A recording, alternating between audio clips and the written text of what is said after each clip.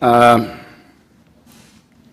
undeniable and inexorable momentum towards a global economic model, and as a consequence of that fact, the accelerated growth of multinational corporate power and the ongoing consolidation of that power through merger and acquisition underlies the desirability, and for the sake of our planet and its inhabitants, perhaps the necessity of ethically driven decisions on the part of the leaders of those corporations and the fostering of an ethically sensitive culture within them.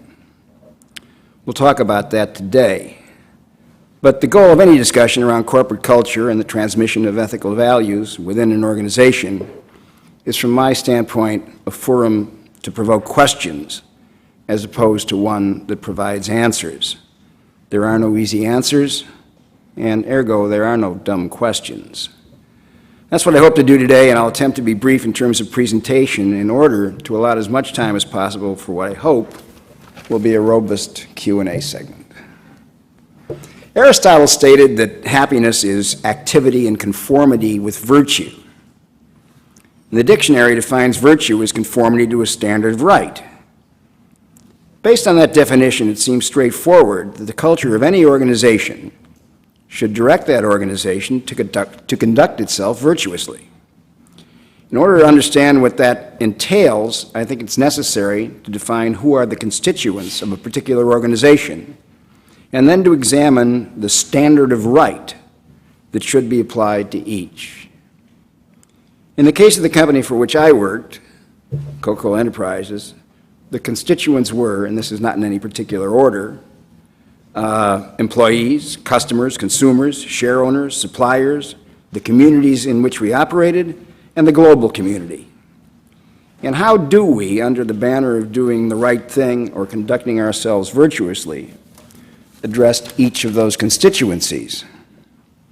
Let me digress for a moment, because I feel we got to differentiate between what is right morally, and that's actions taken which aren't mandated by statute, and what's right legally, and that's actions taken by commission or omission that are subject to penalties imposed by law. An illustrative example might be of the moral versus the legal would be racial or gender discrimination. A pattern of either might result in fines, lawsuits, loss of government contracts, etc. Some form of minimal compliance is mandated. That's the right or proper thing to do legally. Setting a policy that our organization will operate without racial or gender bias, and a goal that within some reasonable time frame, the organization will reflect the demographic character of the communities in which it serves, is a decision to do the right thing morally. That distinction having been made, what are the elements we identify as our moral obligation to each of the constituencies, and what are the choices we must make when doing the right thing for one constituent group has a deleterious impact on what we consider to be virtuous conduct towards another? Put it another way, how do we or should we act when faced with an ethical dilemma? Note that I make no distinction between ethical, moral, or virtuous. From my standpoint, they're synonymous and they're interchangeable. So what are our moral obligations? First, to employees. And I think, the most important single word we will use across the spectrum of those constituencies is fairness. So, in terms of employees, we certainly have to offer them a fair wage. They should have job security, assuming performance, fair performance standards are met. They should have the opportunity for advancement based on performance. They should have acceptable working conditions and fringes such as health care and other things which employees would expect from an organization. Anything you can think of additionally, just chime in at any point in time. To our customers, they deserve a reasonable profit from the sale of our product, and they deserve pricing, terms, and conditions consistent with those offered other customers. And If we've promised them a level of service, they deserve that level of service.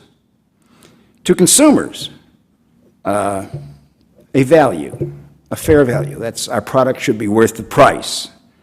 Quality. They would expect quality from us, and they should get it. They would expect honesty in terms of not making false claims or claiming that our product will do something that it won't do. And product information, to the benefits, the harmful effects, all the ingredients, etc. To the local communities, we have a social responsibility, e.g. an environmental responsibility. We have the responsibility to make contributions in money or other resources towards programs which benefit the communities in which our organization operates and from which we derive profit.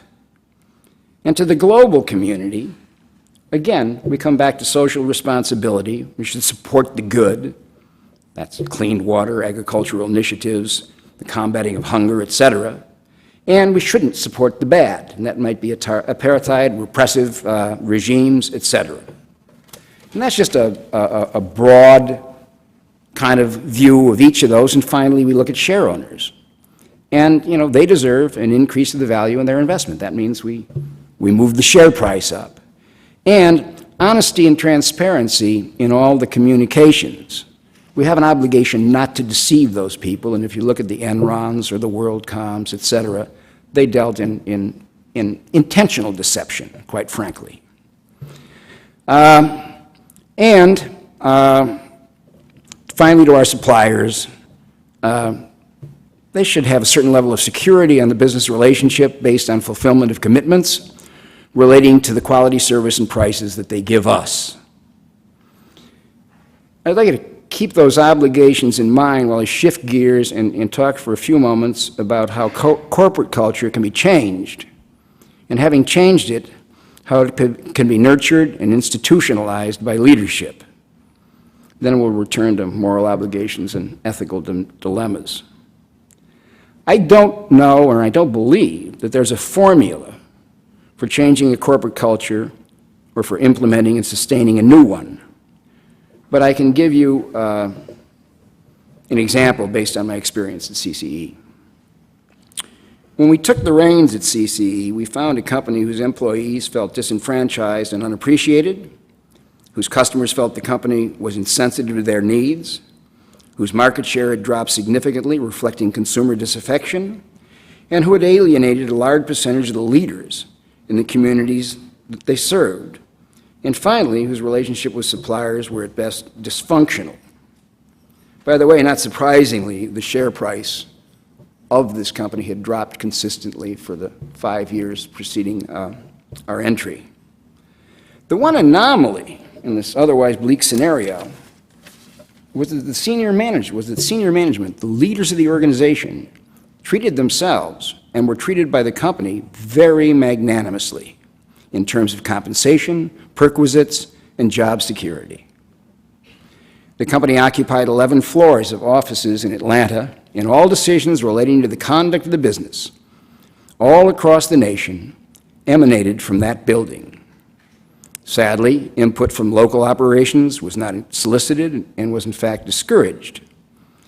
And it was immediately apparent to me that senior management not only did not welcome cultural change, but that they would actively resist it. The following are the steps we took to implement cultural change, and once in a while, you get lucky. You know, we had to do something fairly dramatic, because I don't believe you negotiate cultural change, you impose it. And my first day, a secretary who had been assigned to me bought this big menu and put it in front of me, and I said, what is this? What do I do with this? And she says, well, it's the menu for the executive dining room. And I said, well, I'm not going to have time. You know, I'm new. I'm going to be at my desk all day long. I really haven't got time to mess with that. And she said, no, let's just fill it out. We'll bring you, the menu every day. We'll put it. You just fill out the menu. We'll bring the food to your desk. I said, this is a pretty good deal. I said, what do I pay for this? And she said, you don't pay anything. I said, who else uses this executive dining room? And she said, well, it's all the senior executives on the top 2 floors. And I said, they don't pay anything either. I said, no. I said, take a memo. And take a memo. Yeah. I said, subject. Yeah. I said, closure of executive dining room. And she said, well, I think you'll want to speak to the other executives about that. I said, I don't think I want to speak to anybody about that. And I went to the cadre of people that I'd brought in, because I also said, well, if we don't eat there, well, she said, well, you have to go down to the cafeteria. I got everybody who I'd brought to the company with me, and I said, okay, guys, off with the ties, roll up the sleeves, we're going down to the cafeteria. And when I got there, somebody asked somebody, who are you? I said, well, you work here now? I said, yeah. What do you do? I'm president, Yeah, and I'm Buck Rogers. What do you really do, And I said, no, that's what I do. And the guy said, wow, this is something. Well, you can imagine the drums started beating and the effect across the company. I mean, people in Peoria, Illinois, and Nacogdoches, Louisiana knew about this within 2 days. So what it did is it sent a message, and a very strong message, that it was completely symbolic, but it sent a message that executive largesse was no longer acceptable. And as I said, the message, as intended, rippled through the company more rapidly than I could have ever believed possible. Having done that, we got to work. And what we did is we had to completely restructure the organization to reflect the local nature of the business. And we had to move from a totally centralized structure to a highly decentralized one and give local management the responsibility and accountability for the conduct of the business and the implementation of and adherence to the new company policies.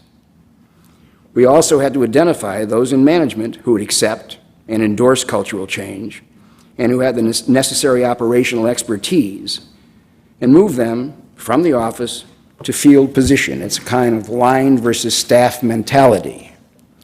And then to give the remaining management equitable separation packages and dismiss them. And I have a view on that, and I used to be quoted on it. I said, we're not going to die the death of 1,000 cuts here. We will amputate, cauterize, and move on, which we did very, very quickly. And that might sound brutal, but actually it's the kindest way you can possibly do this, because you don't want 70,000 people looking up, waiting for the next shoe to drop. So having done that, we sent the new management team, including myself and the other newly appointed senior officers, to every location in the company as quickly as possible to convey our vision of the company's new culture and the individual responsibilities and accountabilities attached to it. We set about the task then of translating that philosophy into policy and put into place the mechanisms to measure, wherever possible, adherence to those policies. That's a kind of capsulized, oversimplified synopsis of our initial actions. But those actions sowed the seeds of a dramatic cultural change, which then led to a dramatic change in the fortunes of the company. Ours was, as it related to our employees, a performance-based culture. Performance against agreed-upon goals was tracked, ranked, and published throughout the organization. It was our goal, insofar as possible, to create a meritocracy, an apolitical environment within which everyone knew who the contenders for promotion were by virtue of their performance. Identifying the top performers, the future leaders, was also critical, because in addition to providing those so identified with a career development path, it was imperative that we reinforce with them the importance of our corporate culture and their role in sustaining and nurturing that culture. The goals against which performance was measured were primarily sales and finance related ones. But what if performance against those goals were achieved in spite of, not because of, were achieved in spite of violations of the company's ethical principles or policies, the moral obligations of the company to its constituencies that we laid out earlier? What if, in terms of being successful, you violate those policies. There are no foolproof methods for monitoring and correcting such situations, but I believe we can create an environment and the processes within that environment that can give you a high degree of comfort. And in order to achieve that, an organization must have open lines of communications, systems to ensure that vehicles exist for employees at every level to question or present grievances regarding actions which are inconsistent with the company's stated culture, policies, or goals, without fear of retribution. Now, admittedly, this system presents the opportunity for ill-founded or pithy complaints, but the cost of examining their merit is well worth the price. Additionally, while an individual's progress towards meeting the objective goals of the company is monitored regularly, we must put a process in place to identify and review the more subjective areas of performance, such as the ability to work with others, openness, communicative skills, etc. Those subjective areas must be subject to regular reviews with immediate superiors, identifying those areas which offer opportunities for improvement. Those areas identified must be mutually agreed upon and progress measured at regularly scheduled intervals. All of this was done for a reason, because I believe that when the conduct of a company is consistent with the ethical principles it has espoused, the company's constituencies, particularly its employees, will be loath to accept behavior on the part of anybody within the organization that is antithetical to those principles. That belief was validated by a personal experience I'd like to share with you. One of our divisions had been very, very successful in meeting all of its goals: sales, finance, return on invested capital, etc. The guy running it, in terms of his grade on results, was one of the top division managers. I spend around 80% of my time traveling. I kind of lived on my airplane because we decentralized the company, and I said, you don't come to me, I come to you. And in traveling, you get a good feel of what's happening in all the organizations. And also, you get a lot of feedback from people. Once they get talking to you, they talk. And I found that regardless of his success, this manager was violating almost every cultural precept the company was founded on. He was brutalizing his employees. He was the way he communicated with customers was unacceptable. He was absolutely political in all of his actions. And despite these outstanding results, I flew out and dismissed him. And this was the first time it had ever been done by me, certainly at this level in the company, and I didn't quite know how to handle it because I didn't know what the reaction of his peers would be. So I set up a meeting back in Atlanta, and I asked his 10 or 11 peers all to fly in. And I brought them into the boardroom because I wanted to explain very carefully what I'd done and why I'd done it. And I said, look, we've made a move here, and let me explain. One of the guys stood up, he said, Henry, we know why we're here, and I've been asked to speak for the group. I said, yeah? He said, can I speak? And I said, yeah. He said, what the hell took you so long? There's a great baseball axiom that fits in business in any organization. That is, you can fool the fans, but not the players. And that taught me a great lesson. That, again, you cannot allow anyone within the organization to begin a process of eroding the culture if you want the culture to stay the way you envisage it. Once you allow that culture to be violated on the basis of performance, otherwise, well, I'm going to look the other way because he performed well, then the culture is on its way out. So it was a pretty good lesson to learn at an early period. Assuming we've defined the culture of an organization as attempting to do what's right for all its constituents, How do we deal with the dilemma presented by actions which may benefit one constituency to the detriment of another? There's often no clear or uncomplicated right or wrong answer. And my real hope is that this course and others like it will help guide future leaders through an exposure and examination of how ethical conduct has been viewed and defined by the great thinkers, religions, and societies throughout the ages.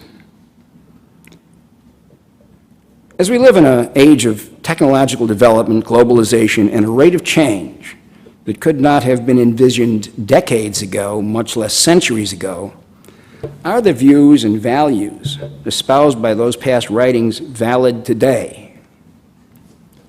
My own view is that while societal change is ongoing and inevitable, ethical values and principles are constant. They are as applicable today as they were centuries ago. How many of you are familiar with or have read the Tao Te Ching? This is the Book of the Way. It was written just around 2,500 years ago by Lao Tse. I was rereading it the other day. And I'm going to quote from you what he had to say 2,500 years ago. When rich speculators prosper while farmers lose their land, when government officials spend money on weapons instead of cures, when the upper class is extravagant and irresponsible while the poor have nowhere to turn, all this is robbery and chaos. It is not in keeping with the Tao. That was 2,500 years ago. Not a lot has changed. I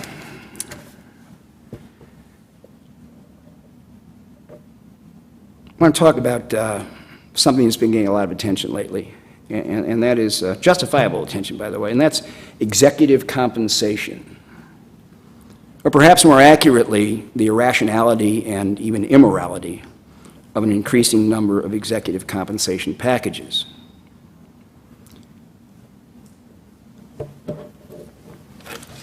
The first casualty of the current trends in executive compensation is the concept of accountability. And the first undercutting of that begins with what is called base compensation. You've all read about these absurd compensation packages. First of all, if a compensation package is so high that regardless of the performance of the company, the CEO is enriched, there's something wrong with that. And the basis of these compensation packages, the rationale in most cases, is competitiveness. We have to pay this much to get a good guy, which is foolishness.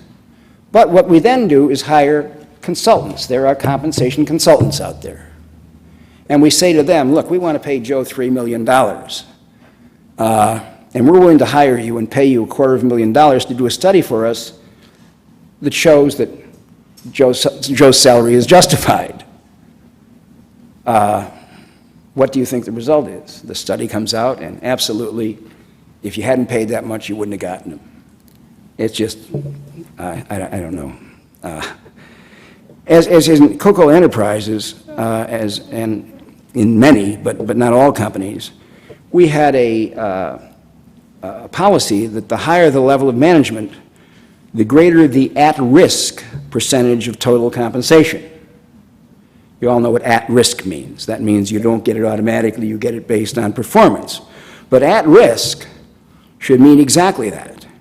That's performance achieved against stated goals relating to profit, return on invested capital, market share, et cetera. Of course, there's a goal of increased value to share owners, which is addressed through stock options. And the logic of stock options is, if if the share owners benefit, the CEO benefits, and that the CEO doesn't benefit if share owners don't benefit. But that's been distorted, quite frankly. First of all, options are granted in time frames when the share price is at its all-time low, and everybody knows that. So there's a kind of automatic expecting. They've even gone so far as to reprice options, and that is to say, your options were $10 a share during your tenure. The company's share price dropped from $10 to $5. We're going to reprice your options at $5.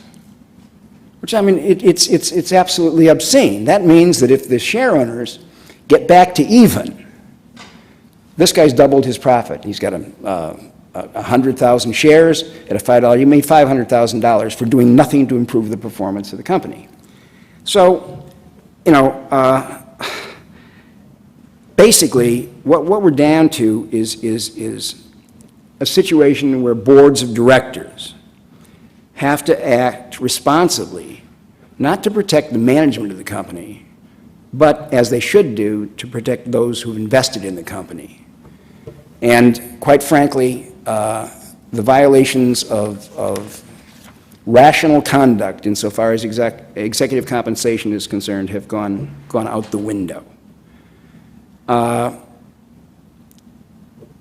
Most of you heard Cynthia Cooper speak, and if you didn't, you read what she did, and I assume everybody's familiar with that whole thing on WorldCom. And one of the things brought up, one of the questions was, you know, the harshness of the sentence against the CEO of that company, Bernie Ebbers. Got 25 years, which they said, you know, was equivalent to a life sentence because he's, 63 years old or something. And in my mind, the judgment against Bernie Ebbers was absolutely justified. And that opinion or conclusion is based on my view that the CEO or the head of any organization ought to be accountable for the actions of that organization and the impact of those actions on the organization's constituents. The widening gulf between the compensation of the CEO and that of the average worker within the CEO's company has been the subject of a lot of publicity and discussions.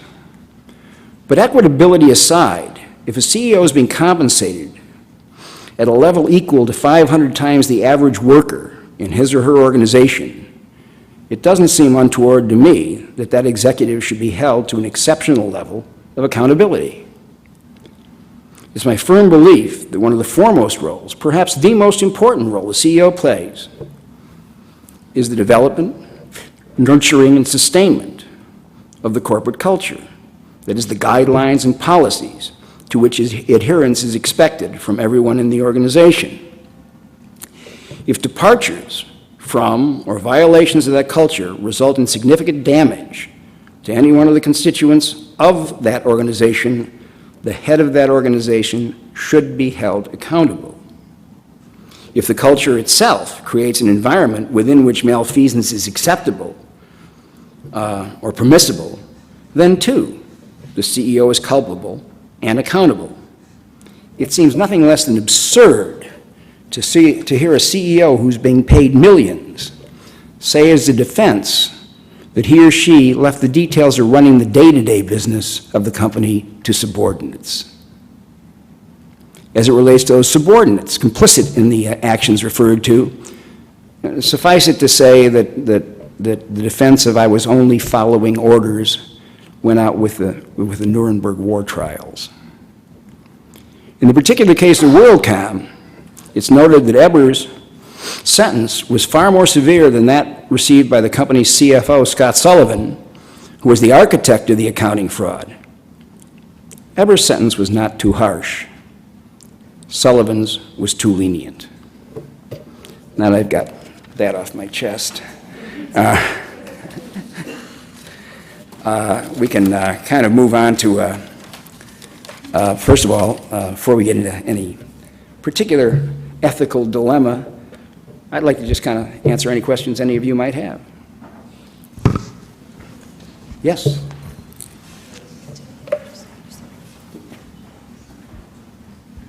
Okay, so last week we were told that we should ask the hard questions, so because I'm going to do that. But I have tremendous respect for you and all that you're teaching in this course. I'm really getting a lot out of it. So I wrote this down. In the context of corporate social responsibility, as a director representing shareholders of Panamco, how do you justify what appears to be your negligence by ignoring atrocious human rights abuses commiserated by executives you were responsible for watching? And is this in part why you created this course, to kind of The answer is no, and I think you're probably referring to Colombia. Yeah, Colombia. And in that case, the plant where this took place in Colombia was not part of Panamco. Okay. Actually, I never got to visit that plant because it was in territory largely held by FARC, by the revolutionary movement, and we weren't allowed to go in there for fear of personal safety. But it is interesting to note that the Coca Cola Company did conduct an investigation. First of all, the case was brought to trial in the Florida courts, where the judge found the company not culpable. But then a commission was formed, and I think George Mitchell headed that commission, and found that they got that they didn't have, that those violations weren't proved. I can't speak to that area of Colombia. Again, it wasn't within our purview. But I know this, and that's an independent single bottler, and that's the only place he owns. It is an area dominated, as I said, by FARC. And what took place there, I don't know. But I know this, and I have absolute confidence that as a matter of the conduct of their business, the Coca-Cola Company would not condone that, would not and does not condone that kind of activity. Right. Well, maybe the article was misleading, but it seemed as if Coca-Cola had hired mercenaries or people who had intimidated union workers and in some cases killed them. Let me explain how the Coca-Cola system works. Please. The Coca-Cola system is a franchise system. Okay. The Coca-Cola Company in Atlanta, Georgia, franchises bottlers, and the bottlers buy the syrup and certain other agreements that they buy from Coca-Cola, but the capital investments, the plant equipment, et cetera, those are all the bottlers. I ran what was the largest bottling company in the world, not the Coca-Cola Company, but it's the largest Coca-Cola bottler in the world. And the Coca-Cola Company, in the franchise agreement, has the right to take that franchise away if we do certain things that are immoral or illegal or whatever. But the day-to-day conduct of the business in those areas is not run by the Coca-Cola Company, it's run by the bottler himself. And the argument was that the bottler wouldn't have done it had not the Coca-Cola Company condoned it. And my answer would be that, and I had a lot of years of experience with that company, I've never seen them condone any actions like that. So why were you the defendant in the lawsuit case that was filed on behalf of the steelworkers? Well, that was thrown out. We were thrown out as defendants. Because they made a whole list of the Coca-Cola Company, franchise, Panamco, people who weren't in any way directly involved. Okay. But this was also a concerted effort on the part of international unions because they've had a waning influence. Union membership is down and their influence has waned to a tremendous degree. And it was a move to try to solidify kind of the union movement and generate a what would one call it, a kind of coalesced effort to recognize, for greater recognition of the union movement across the spectrum of countries. So has Coca-Cola distanced itself from agencies or groups that engage in those kind of practices? Oh yes, and it has come out publicly and stated to that effect. Absolutely, Cool. absolutely. Thank you. Hi, thank you. I wanted to ask, how did you keep an eye on your CFO? Because WorldCom and the other, Enron, yeah, the things that I've read definitely point to the architect starting there. Not necessarily that he was it, but how do you keep an eye on the CFO? Well, that comes back to the culture. First of all, in both cases, the CEO did it because he had, CFO did it because he had marching orders, keep the stock up at all costs. Now, whether or not he explains to you what he's done, or you say, I don't want to hear about it, just do it, you're equally culpable. I said before, the buck stops at the top. And if a CFO were doing things like that, then you as a CEO obviously had to know about it, unless you're sitting there and saying, look, I get paid, but I get paid just to sit here. I'm not supposed to look at anything. Never in the world. First of all, and by the way, and this is the value of a corporate culture, because without people below that CFO who knew that these were indefensible acts, having the courage to stand up. And again, remember I said you had to have the systems where they could without fear of retribution. In our company, we'd have gotten a letter from the first controller he went to or somebody else, or he'd have called saying, hey, do you know what we're doing here? We can't do this. First of all, quite frankly, I was close enough to the business so I'd have known it anyway. And the very fact that the CFO knew that if he ever did anything like that, he would be fired summarily had a lot to do with it too. Again, it's the creation of a culture within which that kind of conduct is viewed as not acceptable. And again, if you get the rogue guy who's out saying, well, I'm going to break the rules and I'll be forgiven on the basis of improved performance, then the culture is gone. So, that's the example I gave you. Anyway, it never could have happened in my company, period. And if it had, I would have been the one who ought to be held accountable for it.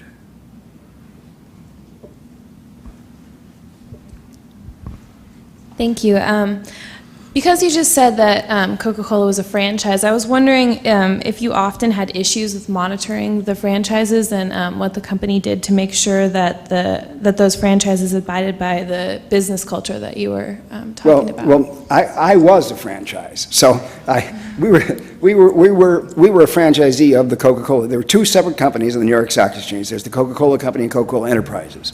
We were a franchisee, the largest franchisee in the world of the Coca-Cola Company. So we were the ones who had to adhere to the standards that were written within the franchise agreement.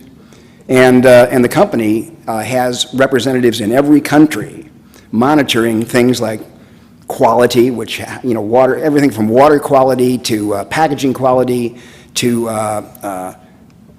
conformance with local legal statutes, et cetera. That's monitored on an ongoing basis, So, you can get some, again, rogue franchise who tries to do something, but in most cases, they'll get caught at it, and it'll cost them their business.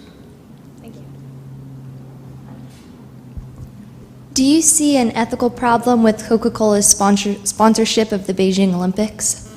This is one kind of I was expecting. As my wife is a great supporter and the Dalai Lama, so we've had these discussions. It is a dilemma, and there's no question about it. The question is, which way do you create more ultimate good? If the Coca-Cola Company, as an example, should say unilaterally, we're pulling out of the Olympics.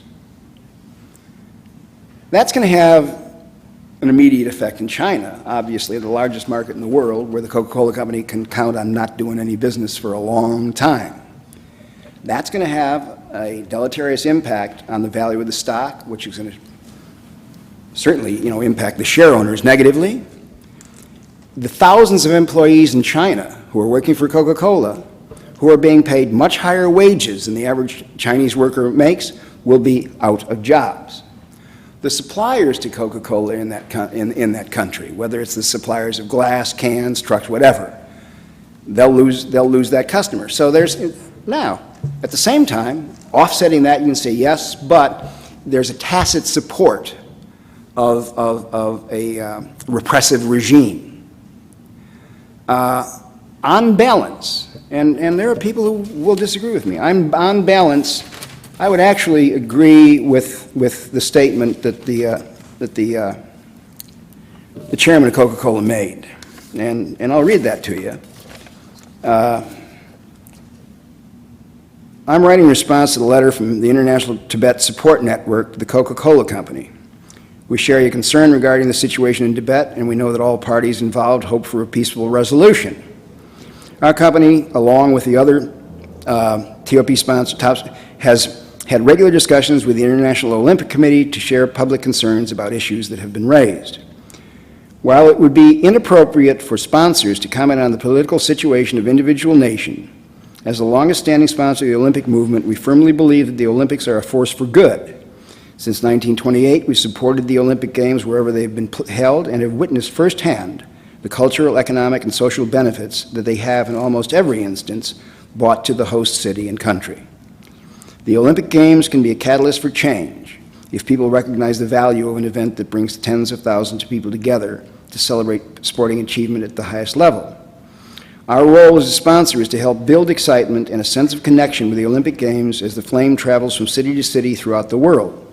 The torch relay serves as a driver to carry Olympic values to other venues around the globe. In 2008, our effort on the torch relay focuses on recognizing environmental champions, those who work tirelessly to protect our planet, and sharing the Olympic values of unity, pride, and inspiration with people all over the world.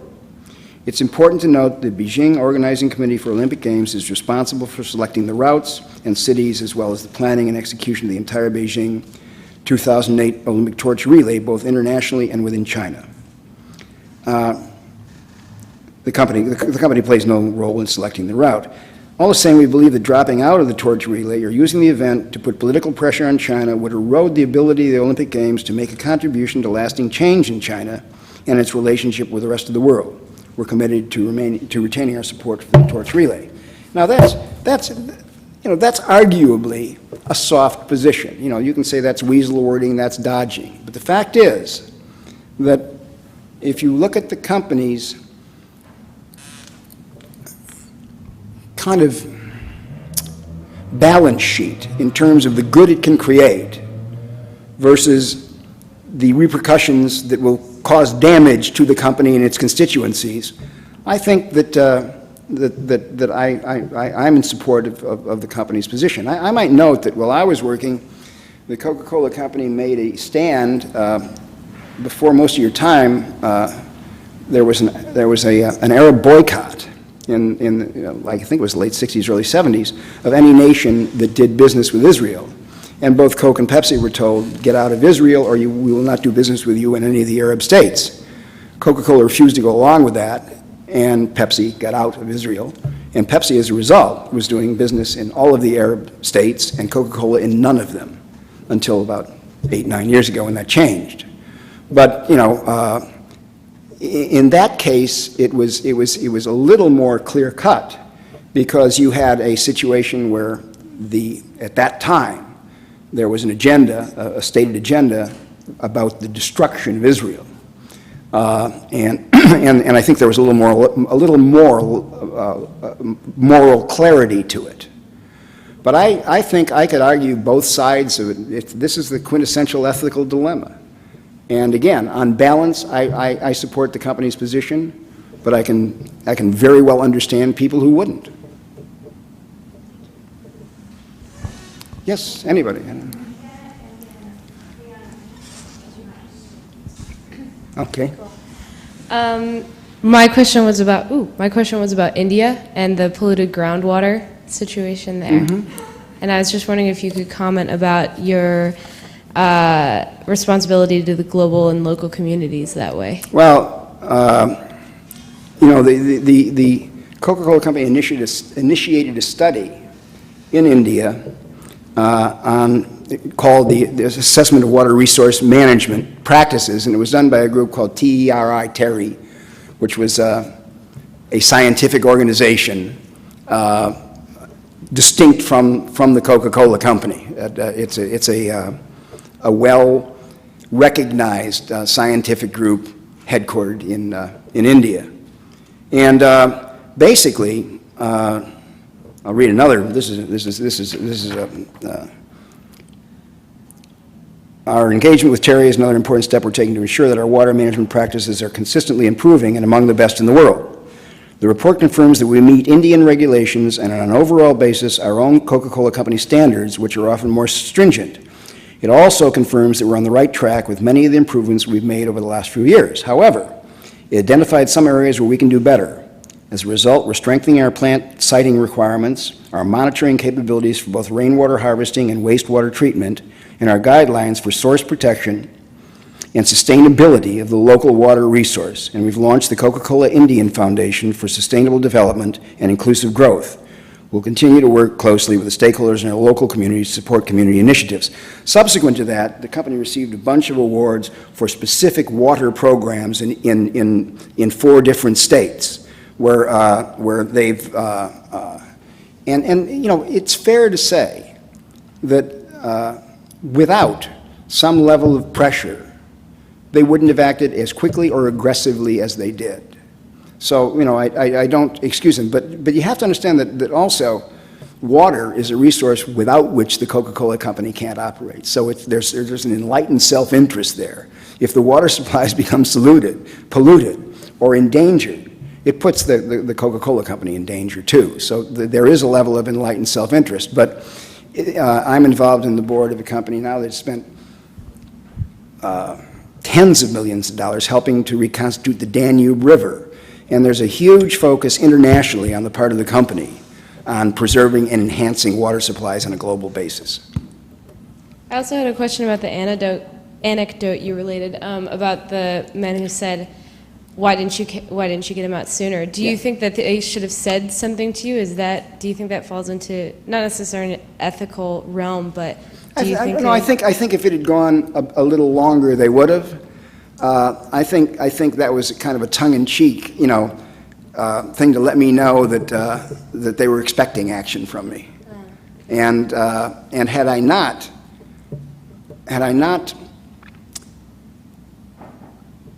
done that expected action, if I hadn't done what they would have expected of me, then again, we would have seen cracks in the culture, an erosion of the culture, because everybody would have said, well, wait a second.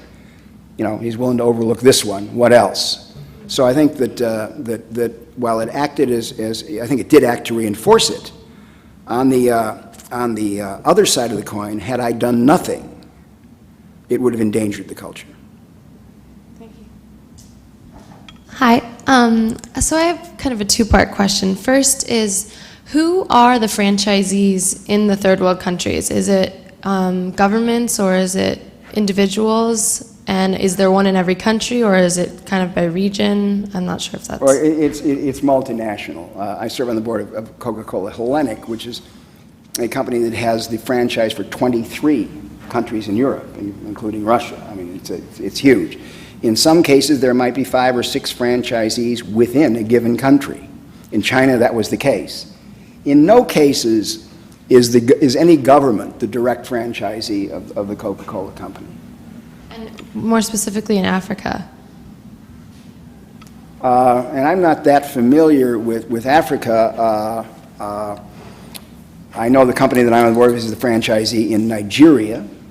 The company itself owned a couple of franchises, and this is where if the company can't find a viable franchisee, they'll go in and run the operation themselves, which they do in Kenya, and I think Tanzania. But Africa's been a very volatile and difficult environment for the company. And it's the one area where I'm really not that familiar with the franchise structure. Okay, so the second part of my question is maybe not specific to Africa, but sort of along the lines of the tobacco discussion. It's probably not the healthiest product for people. And in the third world, I've noticed on numerous occasions that sometimes it's cheaper than water. And I don't know how you feel about that, if there's anything that you can say that goes along with that. Well, you know, it's cheaper than most waters in the United States. You know, I was bemused by the fact that a number of years ago, when gasoline got to $2 a gallon, people were saying, my God, $2 a gallon for gasoline, and they were paying $2 for a 1-liter bottle of Fiji water.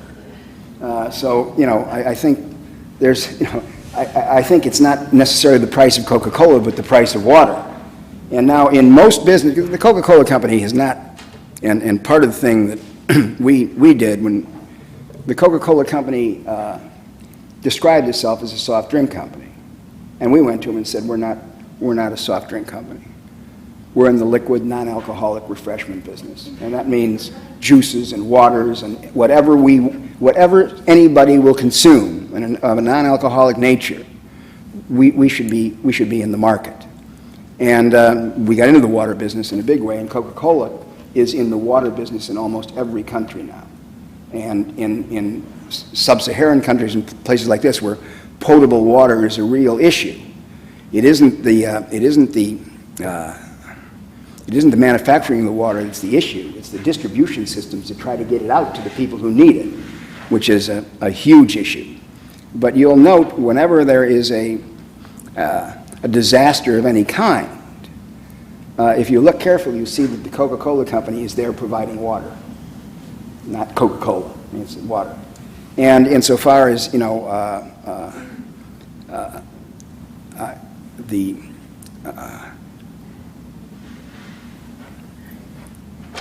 Coca-Cola was designed as a moment of simple pleasure. You know, it's a drink. It's got sugar and some CO2 and some water in it, you know, and some caramel and a little cola. But, you know, it's nothing that was meant to be consumed or is consumed, as far as I know, in huge amounts on a daily basis by anybody.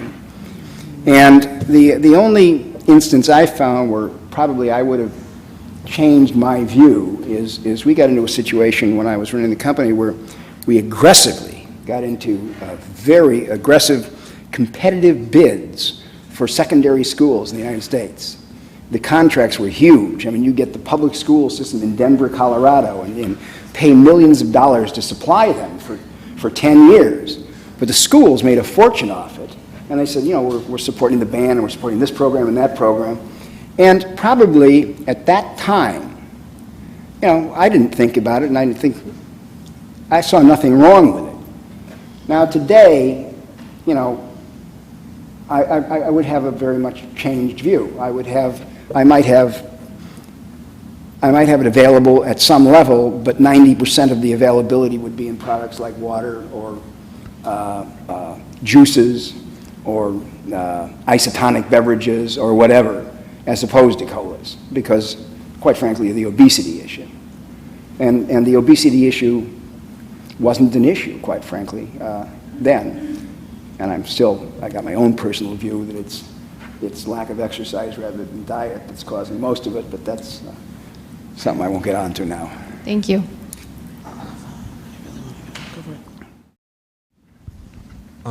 Hearing your bio, it just seems like you've had a lot of success with your pursuit of running an ethical business. But I mean, are there downsides to it? Why isn't everyone doing the same thing? You know, there's got to be difficulties specific to you because you have chosen to pursue such an ethical business model or management model. You hit the word on the head, and that is difficult.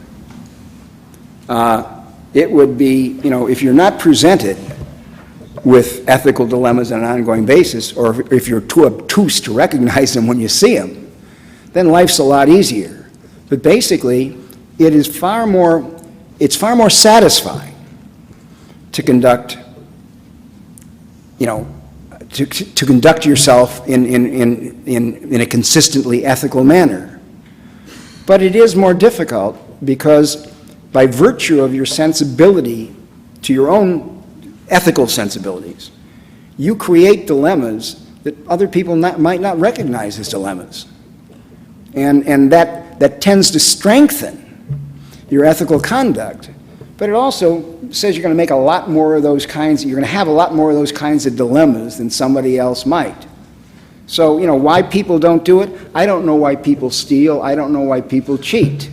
But they do. And you've seen, gosh knows, a lot of examples of that in the past number of years. I mean, when people, you know, if the Enrons of the world, I mean, you would say, how can people do that to other people? And my answer is, I don't know. I think greed has an enormous amount to do with it. But I found it I found it difficult and simultaneously comfortable to conduct our business in that manner. This question probably would have been more relevant earlier when we were touching on water and global relations. But I wrote down here, the seizing, pollution, overexploitation of vital water resources in India, Mexico, and elsewhere is a normal practice employed by Coca Cola and Pepsi. In these countries mentioned, over 2 million people die each year due to water shortage and related illness. That's a fact. And this company profits millions from taking water resources from where they're direly needed and dispensing them to places and using them elsewhere. And I would argue with that. Okay, well, because I think that's not true.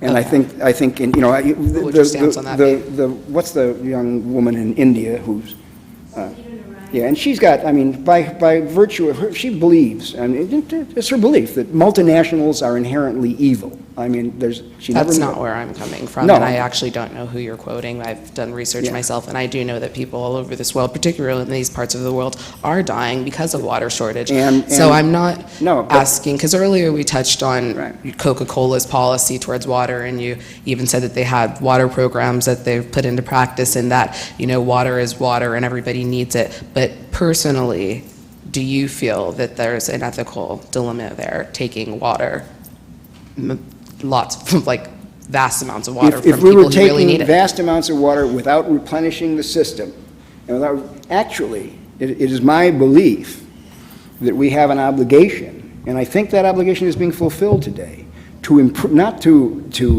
diminish water resources, but to enhance and improve them.